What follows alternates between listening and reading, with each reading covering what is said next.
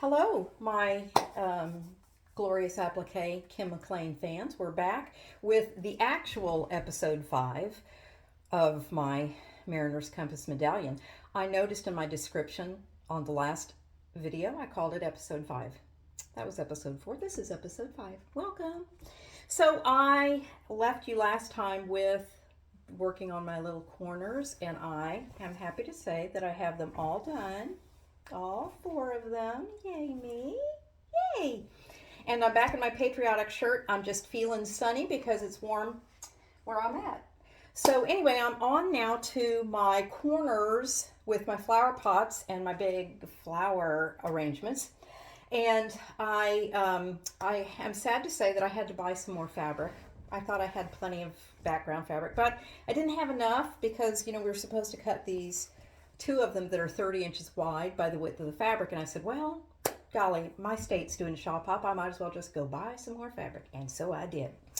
And so I got that. And I used my light box so that I could trace the pattern onto the background fabric. Now, what I did when I took out that big piece of white fabric that has a pattern on it, I went ahead and cut off the corner for this because it was just going to make it so much more manageable to put it on my light box and line things up. And let me just say, I'm so thankful for these little centering lines that they have included on this pattern. It makes it so much easier. Another thing I did before I actually got busy tracing, well, no, I take that back. I did trace, and I used my friction pen. I had wanted to use my water-soluble pen, and I just grabbed the wrong one. So on my next 3 corners, I think I'm going to try my water-soluble instead of my friction pen because it just didn't show up real well for me on my background. So, but anyway, so I got it all traced onto my background, and then I used freezer paper. My little freezer paper. Oh, here it is. Look, it's Reynolds Kitchen freezer paper, which, by the way, you can't find in all the stores anymore. I don't think people use this in their kitchens as much as they used to. Anyway, you can buy it at quilt stores now, which is really cool. So if you can't find it at your grocery store or your department store, your what do you call those, Walmarts and Targets, and anyway, quilt stores carry it too, and you can order it online. You can get everything online these days. But before I got my pieces ready and started tracing them onto the freezer paper, I actually took this pattern, and I'm gonna try and get up here. Maybe you can see. I actually labeled my leaves, like in the center here. These 2 leaves, they're 2 right and left, and I've got 1 right and left, and 5 and 6 right and left. And so I went through and I labeled all of my pieces, and then as I did my freezer paper, I labeled my freezer paper with those same markings so that when I'm going to put it back on here, in case I get confused, I've got everything labeled so I know where it's supposed to go. After I did that, I got my pieces turned and ready. I also am using the bias stems, which, I've got bunches of them. Look at that. And many, many moons ago, probably, I don't know, 25, 30 years ago, I bought this, and it is Celtic Design Company. I bought it from Calico Station, and it was only $5.95, which probably tells you about how old this thing is. But anyway, it comes with the 3 different size bars, and the nice thing is up here, it gives you the fabric measurements, how wide to cut your fabric, depending on which size stem you're going to use. I love it because that means I don't have to go back and look and try and figure it out. And anyway, we're using 1/4 inch, so I use my little 1/4 inch bar.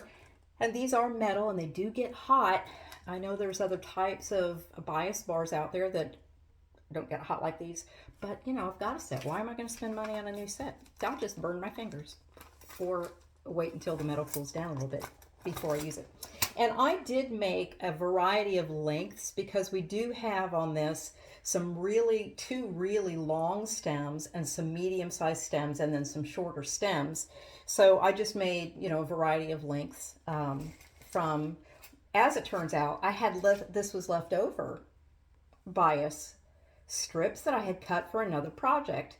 I had to make them a little bit smaller, but I already had some strips cut, so that saved me some time to cut these. Of course, I don't have enough to do all 4 corners, so the time saver is only good for one time. but that's okay.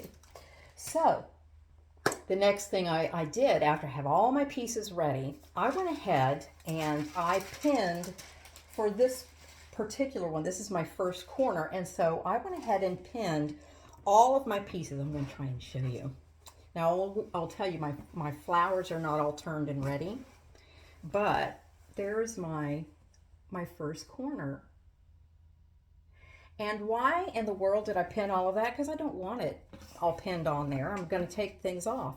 But I wanted to have a game plan. I need to know, because I've done enough applique, I know layering and the order of the layering is important. So I wanted to have it all set out, and I could go over it and map out exactly how I want to order the applique process.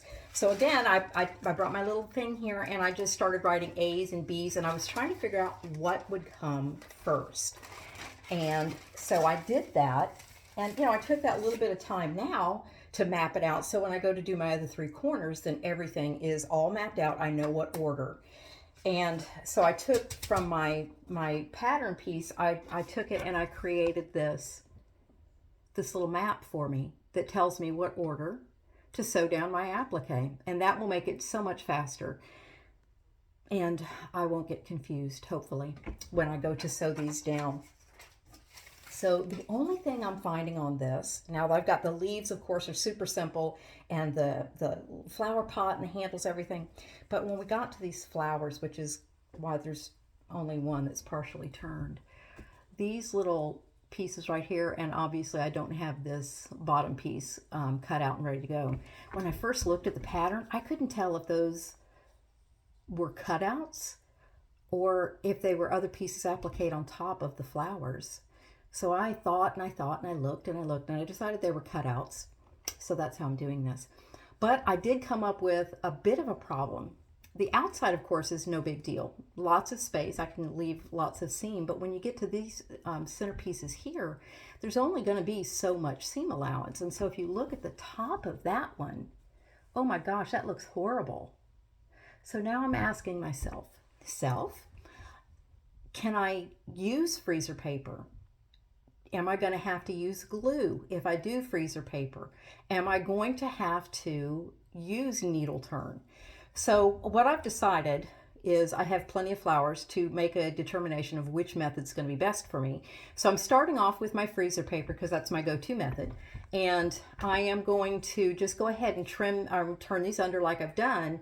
And then when I go to do the actual applique, I can use a bit of that needle turn technique to tuck under that the little raw edges there that I couldn't really catch with my needle. So I'm going to try that first, and then I may have to go to plan B, and I may have to go to plan C, and then I may cry a little bit and decide what to do next. But for now, I'm going to try this and see how that works. So that's where I'm at. I'm very excited with using up just fabrics that I have, except for the background that I had to buy. And I'm ready to just rock and roll on this thing. I can actually leave these guys till another day if I choose to, so I don't have to turn all of those because I have plenty of applique ahead of me. And it may be a while before I come back with episode 6 after I get all of these 4 corners done and sewn to my medallion, but it's going to be lots of fun. And hey, give me a thumbs up if this has been a little bit entertaining and helpful for you, okay? And I'll see you the next time around. Bye-bye.